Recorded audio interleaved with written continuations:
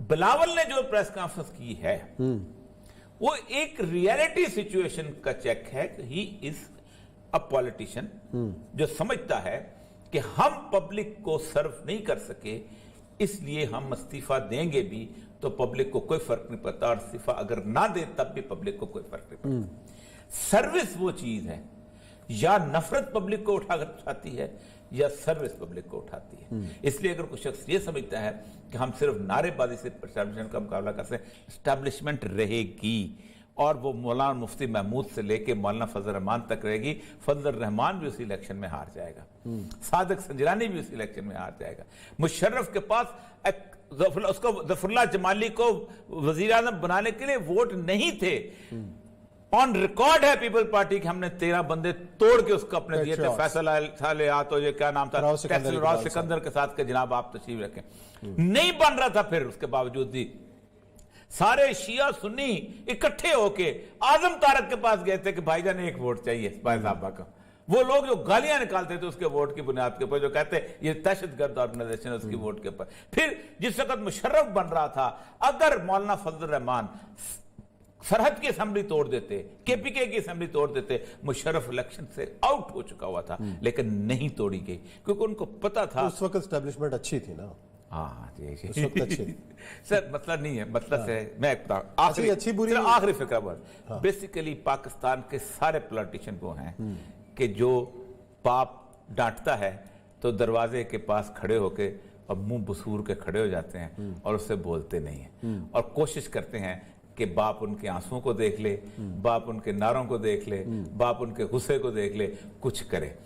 بات مولانا فضل الرحمان کی بالکل ٹھیک ہے کہ نکے دابا جو ہے اس کا نام نہیں لیا جاتا، نکے دابا اسٹیبلشمنٹ ہے، لیکن ابے پہ کسی کو کوئی اعتراض نہیں، سب کو نکے پہ اعتراض ہے۔ نکا میں کیوں نہیں بنتا، اسی لیے اس ملک کی کوئی تقدیر نہیں بدل رہی، اسی لیے اس ملک جو ہے نکے بدلتے رہے ہیں، ابا ایک ہی رہا ہے۔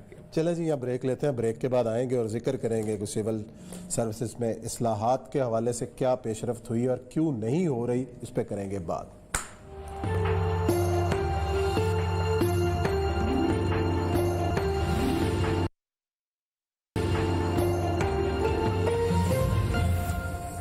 جی ناظرین، بریک کے بعد ایک بار پھر آپ کو خوش آمدید کہتے ہیں۔ ہم بات کر رہے ہیں سول سروس ریفارمز کی۔ ہمارے گیسٹ ابھی تاخیر کا شکار ہیں، جیسے ہی آتے ہیں اسے پروگرام کریں گے، لیکن مہنگائی کا جو ایک سلسلہ ہے جو رکنے میں نہیں آ رہا، اور سیاست جوابی سیاست، الزام تراشی کی سیاست چل رہی ہے، لیکن خاموشی سے حکومت نے بجلی کی قیمت بھی بڑھا دی اور ساتھ ہی پیٹرول کی مصنوعات کی قیمتیں بھی بڑھنے والی ہیں، اور یہ سب جو حقیقی عوامی ایشوز ہیں، سیاستدان تو وہی کہتے ہیں نا کہ وہ ہے جس کا ہاتھ عوام کی نبض پہ، وہ کیا چاہ رہی ہیں، لیکن عوامی ایشوز پہ تو بات ہی نہیں ہو رہی۔ دیکھیں میں عثمان صاحب، پاکستان کی بدقسمتی سب سے بڑی یہ ہے کہ پاکستان کے بارے میں کسی قسم کی کوئی پرائس کنٹرول جو ہے گزشتہ کم از کم 50 سال سے نہیں ہے۔ نہیں، یہ جو چھاپے مارتے تھے مجسٹریٹ، ڈی سیز، ختم ہو کنٹرول گئے، ایک ریک بنے ہوئے ہیں، ختم ہو گئے۔ پاکستان کی میں اگر تکلیف دہ بات کروں، اور اگر یہ میرے نزدیک یہ اس میں نہ جائے، جسے کہتے ہیں توہین عدالت کے اندر، تو پاکستان کی عدلیہ نے کچھ فیصلے ایسے کیے ہیں جنہوں نے پاکستان کی پوری انتظامیہ کی کمر توڑ کے رکھ دی۔ انگریز جو تھا وہ جانتا تھا، آپ کو پتہ ہے 21 سال لگائے تھے انگریز نے اس ملک کے اندر آئین اور قانون دینے کے لیے۔ ٹھیک ہے، وہ جانتا تھا، 21 سال کی بحثیں ہیں ان کی، جو سی آر پی سی بنا، پی پی سی بنا، اس کو پتا تھا کہ یہ لوگ کس طرح کی چیزوں کو سمجھتے ہیں۔ اس نے ایک ایڈمنسٹریٹو میجسٹریٹس مقرر کیے تھے۔ ایڈمنسٹریٹو میجسٹریٹ تھا، وہ جا کے چیک کرتا تھا اور موقع پہ سزا دے کے آ جاتا۔ اب آپ نے جوڈیشل میجسٹریٹ وہاں بٹھا دیا، درمیان میں آ گیا پولیس کا تھانہ، جوڈیشل میجسٹریٹ نے وہاں سے باہر آنا نہیں، تھانے دار صاحب نے محکمہ کر لینا۔ صحیح، وہ میجسٹریٹ تھانے پہ چھاپا مارتا تھا، بازار میں وہ گھومتا تھا، اس کی ریڑھی گھومتی تھی، ریڑھیوں میں لے کے چلان کرتا ہوا۔ آپ دیکھیں، میں گجرات شہر میں ہوتا تھا، ایک میجسٹریٹ ادھر سے مسلم بازار سے نکلتا تھا اور پورا راستہ جو تھا وہ کلیئر ہوتا جاتا تھا، ریڑھیوں والوں سے بھی، اس سے بھی، اور سودا سلف ٹھیک ہو جاتا تھا۔ کوئٹہ شہر میں میرے پاس حکیم جان صاحب، سردار حکیم جان صاحب ایک میجسٹریٹ ہوتے تھے۔ سردار حکیم جان صاحب کے بارے میں کہا جاتا تھا کہ وہ نکلا ہے جب، تو اس دن بازار جو ہے اس کے اندر سبزی کبھی نہ مہنگی ہو سکتی ہے نہ گوشت، پورا۔ پھر وہ لوگ جو تھے ارلی مارننگ سلاٹر ہاؤس جاتے تھے اور وہ چیک کیا کرتے تھے ویٹرنری ڈاکٹر کی مور کہ کیا گوشت ٹھیک گیا ہے کہ نہیں گیا۔ ختم. وہ تو اب بھی ہو رہا ہے. عثمان صاحب آپ نے ایک آرگنائزیشن بنا دی, وہ جو ڈپٹی کمشنر کا سیٹ اپ تھا ختم کر دیا. آپ نے کہا جی جوڈیشری اور انتظامیہ جو ہے نا اس کو آزاد ہونا چاہیے. کاپی کرتے ہیں ویسٹ کی اور بیٹھنا نہیں آتا ایسٹ کی طرح بھی. صحیح. ایک تو یہ ہوا کہ پورا سسٹم آپ دوبارہ سسٹم کریں گے بھی تو وہ واپس نہیں آتا. جب آپ چیز توڑ دیں نا تو پھر نہیں. عمارتیں نو ساخت تب تک نہیں پھر مجا, تو اس طرح کا ایک سسٹم بناؤ کہ جب باقی پھر آپ اس کا کنٹرول بھی ویسے ہی کرو, سپلائی لائن بھی ویسے ڈیٹرمن کرو. وہ گوشت ختم ہو جائے, سیکنڈ نہیں لگاتے, فرانس سے گوشت واپس امپورٹ کر لیتے ہیں. ان کے ہاں ٹیکس کا سسٹم ہی کوئی نہیں فوڈ آئٹمز کے اوپر. آپ کے ہاں تو کماتے ہی یہاں سے ہیں. آپ کیا تو حالت یہ ہے کہ پاکستان کے اندر گاڑیاں جو ہیں وہ اتنی مہنگی کر دی ہوئی ہیں کہ جس کا حساب ہی نہیں, صرف اس لیے کہ آپ نے اس سے کما. پاکستان میں تو سروس ڈلیوری ہے ہی کوئی نہیں. میں ریاست مدینہ کی عمران خان صاحب چیخم چاخم کرتے ہیں, کبھی ریاست مدینہ کی اکنامکس کے 4 بنیادی پوائنٹس دیکھ لیں, آپ حیران رہ جائیں گے. عثمان صاحب جب رسول اللہ علیہ وسلم نے بازار لگایا ہے, 4 بازار تھے یہودیوں کے اس وقت, آپ نے فوراً مسجد نبوی کے بعد پہلا کام کیا, کہا ہمارا اپنا بازار ہوگا. 4 چیزیں تھیں. There will be no tax on that بازار. صحیح. کوئی تاجر پہ ٹیکس نہیں ہوگا. کیوں؟ اس کا 2 فائدے. ایک تو تاجر کو آسانی ہوگی سامان بیچنے کی, قیمت کم رہے گا. ان دا لانگ رن عام آدمی کو فائدہ. یہ دبئی ٹیکس فری زون کیوں بنا ہے, یہ کیش آئلینڈ کیوں بنتا ہے, یہ باقی جگہ کیوں بنتے ٹیکس, اس لیے بنتے ہیں کہ لوگوں کو آسانی پہنچائی جائے. دوسرا آپ نے فرمایا تھا کہ کسی قسم کی کوئی درمیان میں وہ نہیں ہوگی, اپنا جسے کہتے ہیں مڈل مین کا کانسیپٹ. ایک لوہار ہے اپنا سامان لے کے آئے ایک طرف, مطلب آپ اگر بازار کے اندر ساری فیکٹریوں کی آؤٹ لیٹ کھول دی جائیں, ختم معاملہ. وہ فیکٹری اپنے مال سے جو باہر وہاں لگا, ہر بازار کے اندر ان کی ایک آؤٹ لیٹ ہونی چاہیے. آپ کو پتہ ہے کہ سروس اور باٹا کے ہر جگہ پہ اپنی دکانیں ہوتی تھیں اور اپنی پرائس ہوتی تھی, درمیان میں کوئی بندہ نہیں آتا تھا. اسی پرائس کو پورے پاکستان کے اندر ان کی آؤٹ لیٹس چلتی ایک ہی پرائس. اسی طرح کھانے کی. تیسری چیز آپ کا یہ تھا نو ہولڈنگ. آپ نے ایک چھاپا مارا, آپ نے ایک مل کو پکڑا, اور چلو اپوزیشن کے نام پہ شوگر ملوں پہ چھاپا مار دیتے, نواز شریف کی مل پہ چھاپا مار کے مارتے تو صحیح, نہ مارتے جہانگیر ترین کو, اس کی مار کے دکھا دیتے. نہیں, اس لیے کہ اس کی ماریں گے تو اس کی بھی مارنا پڑے گا. جہانگیر ترین کو سزا تو دی نا انہوں نے جی, دیکھا تو صحیح نا. واہ جی واہ. ایسی سزا جو مجھے بھی اتنا بنا لیں دے تو مجھے بھی, میں اپنا جہاز رکھوں, اپنے جہاز میں اڑ کے وہاں چلا جاؤں, واپس آ جاؤں. کچھ نہیں سر, کوئی سزا نہیں, کوئی سزا انسینسٹیو نہ. اور سب سے بڑی بات میں عوام کی بات کرتا ہوں, یہ وہ بدقسمت قوم ہے کہ آج تک مہنگائی کے خلاف کوئی جلوس نہیں نکالا, آج تک مہنگائی کے خلاف کوئی تحریک نہیں چلی. ساری تحریکیں اٹھا لیں, روتا رہا وہ حبیب جالب, ہر چیز پہ چھایا سناٹا, 20 روپے من, روتا رہا وہ قائد قلت کہہ کے, آخر حکومت نظام الدین کے بدلی قادیانی موومنٹ. مظفر علی بھٹو کس پہ گیا؟ تحریک نظام مصطفیٰ پہ. ٹھیک ہے, اسلام کے نام پہ تحریکیں چلیں اور اسی پہ چلیں. اسی نوٹ کے ساتھ بریک لیتے ہیں. بریک کے بعد آئیں گے اور ایک اہم مہمان سول سروس اصلاحات کے اوپر ہمارے ساتھ موجود ہوں.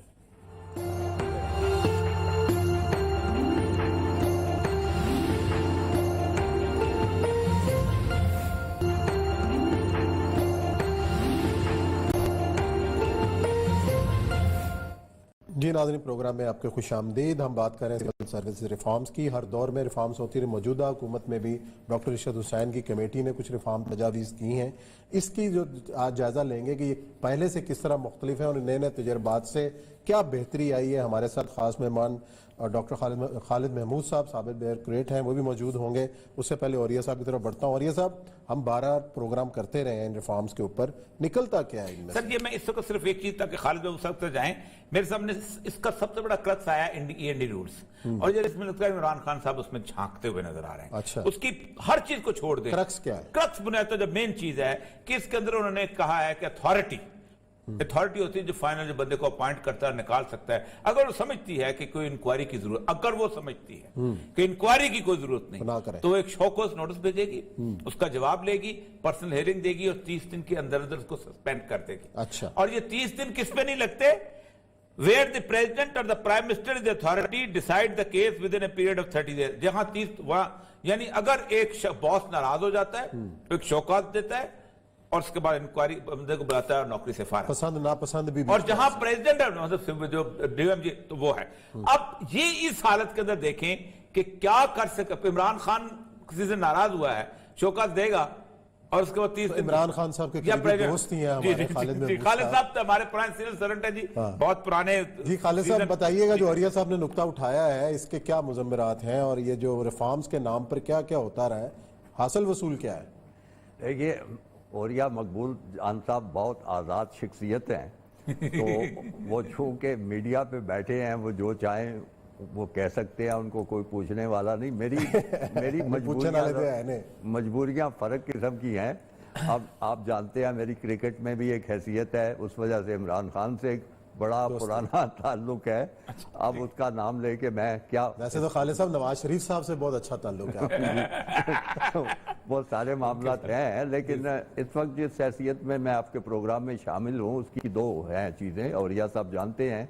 ایک تو میں D G civil services academy رہا ہوں تقریباً 3 سال, اور اس کے علاوہ ایک ہمارا بہت ہی اعلیٰ ادارہ ہے جس میں سینئر افسران کی تربیت ہوتی ہے, اس کا نام ہے national school of public policy, اس کا بھی میں سربراہ رہا ہوں. تو میں نے یعنی آپ یہ دیکھیے کہ میں نے سول سروس کو آغاز میں بھی دیکھا ہے, تربیت ان کی, اور پھر ان کا جو آخری مرحلہ ہوتا ہے تربیت کا وہاں بھی دیکھا ہے. تو میں اس ساری بات کی روشنی میں 2-3 باتیں اہم کرنا چاہوں گا. اور یہ صاحب بالکل ٹھیک کہہ رہے ہیں کہ یعنی یہ اس قسم کی ترمیمیں ہیں کہ جس میں صرف اور صرف یہ ہے کہ اگر اتھارٹی یعنی وزیر اعظم صدر پاکستان کسی سے خفا ہو جائیں تو اس کا کوئی بندوبست کر سکے. یہ تقاضا نہیں ہے سول سروس ریفارمز کا, یہ تقاضا ہرگز نہیں ہے. اس طرح کی پسند ناپسند اور کسی کا موڈ خراب ہو گیا تو اس طرح تو آپ جتنی پہلے سول سروسز میں خرابیاں ہیں اس میں اور اضافہ کریں گے, بلکہ ایک فکرے میں کہوں کہ آپ ان کی بے بسی میں اور اضافہ کریں گے.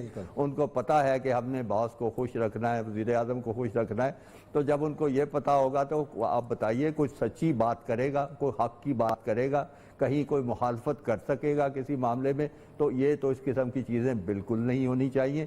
ان حرکتوں سے یا اس سے پہلے جتنی ریفارمز ہوئی ہیں وہ مجھے وہی چیز یاد آتی ہے. آپ نے بھی واقعہ اکثر سنا ہوگا کہ کسی گاؤں میں کنویں میں وہ لوگ جو تھے وہ ڈول ڈال کے پانی نکال رہے تھے, تو کوئی کسی نے گزرتے ہوئے پوچھا کہ بھئی کیا مسئلہ؟ انہوں نے کہا اس میں سے کتا ایک گر گیا ہے, مر گیا ہے, تو ہم یہ پانی کو صاف کر رہے ہیں.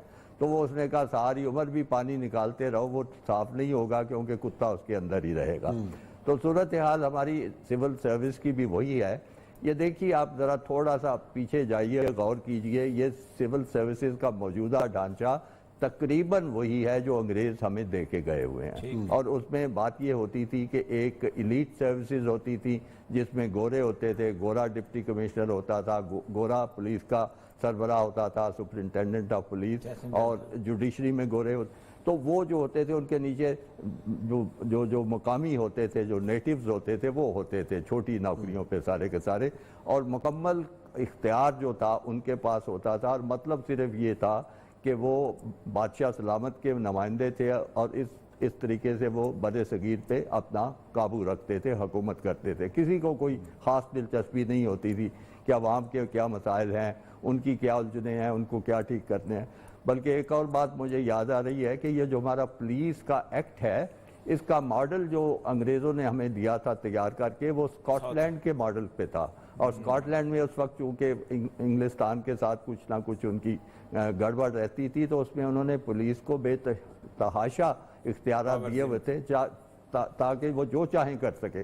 وہ ماڈل انہوں نے یہاں لے کے آئے تاکہ ہمارے جو یہ لوگ ہیں وہ کسی طرح بھی چوں نہ کر سکے ان کے سامنے. تو ہم نے بدقسمتی سے جو ایسا ایک نظام تھا جس سے نو آبادیاتی تقاضے پورے کرنے کے لیے انہوں نے بنایا تھا, ہم نے اس کو 1947 یعنی آزادی کے بعد ویسے کا ویسا قائم رکھا. نہ صرف قائم رکھا بلکہ میرا خیال ہے ہم نے اس کو مضبوط بنایا, کیونکہ ہمارے جو حکومتیں تھیں شروع میں, جمہوری حکومتیں, پھر مارشل لا وغیرہ آئے, تو ان کی اپنی ضروریات تھیں. اور ان کے کیا ضروریات تھیں کہ انہوں نے ڈی سی اپنی مرضی کا ان کو چاہیے تھا, ایس پی مرضی کا چاہیے تھا, اور ایسا نظام چاہیے تھا کہ جس میں ان 2 نمائندوں کے ذریعے وہ اس ضلع پہ, اس علاقے پہ قابو رکھ سکے. کوئی کسی طرح کی کوئی یہ بندوبست نہیں تھا کہ پبلک کا کیسے بہتری ہوگی، ان کی فلاح کے لیے کام کیسے ہوں گے۔ تو جب یہ ڈھانچہ ہی اس قسم کا ہے اور اسی کو جاری ہم نے رکھا ہے، بہت سے سروسز ہیں، بہت سے گروپس ہیں، بلکہ انگریز کے زمانے میں تو ضرورت صرف یہ ہوتی تھی کہ مالیہ اچھا وصول ہو، اور مالیے کی وصولی میں مشکلات پیش آئیں تو پولیس کے پاس بے پناہ اختیارات ہوں تاکہ اس کے زور پہ وہ قابو کرے۔ اب جب آزادی مل گئی، نیا ایک دور آ گیا، اس دور کے نئے تقاضے آئے، اس میں آپ دیکھیں کہ وہ مالیے والا کام تو بہت پیچھے رہ گیا ہے۔ اس کی بجائے ہماری کیا محصولات کی ہیں، وہ ہمارے کسٹمز ہیں، انکم ٹیکس ہیں، بالواسطہ ٹیکس ہیں، براہ راست ٹیکس ہیں، ان کی اہمیت ہے۔ لیکن کسی بھی نظام میں، کسی بھی اصلاحات میں کہیں اس چیز کو نہیں سوچا جاتا کہ اگر ملک کی خوشحالی چاہیے تو ہمیں ایک ایسا نظام بنانا ہے کہ جو لوگ ہمارے لیے زیادہ خدمات دے سکتے ہیں، زیادہ کام کر رہے ہیں، جو ملک کے بجٹ کو، ملک کی اقتصادی صورتحال کو بہتر بنا سکتے ہیں، ان کی طرف توجہ کی جائے، تو وہ بھی بالکل ختم ہے۔ اور پھر جو نچلے لوگ تھے جو کہ انگریز کے دور میں، چلیں جی، یہ تو تفصیل طلب موضوع ہے اور اصلاحات مکمل پروگرام میرا خیال ہم کریں گے انشاءاللہ۔ خالد صاحب کو بھی اگر یہ چاہیں تو ان کے دوست اشر حسین کو اگر راضی کر سکے، وہ آتے نہیں ہیں، ان کو بھی لائیں تب اچھا ہے مطلب پروگرام۔ چلیں جی، اسی نوٹ کے ساتھ پروگرام ختم کرتے ہیں۔ کل انشاءاللہ نئے موضوعات، کل سال کا آخری پروگرام ہے، توقعات کیا ہیں، اس پہ ایک اسپیشل پروگرام لے کے آپ کی خدمت میں حاضر ہوں گے۔ اجازت دیجیے گا، اپنا خیال رکھیے، اللہ حافظ۔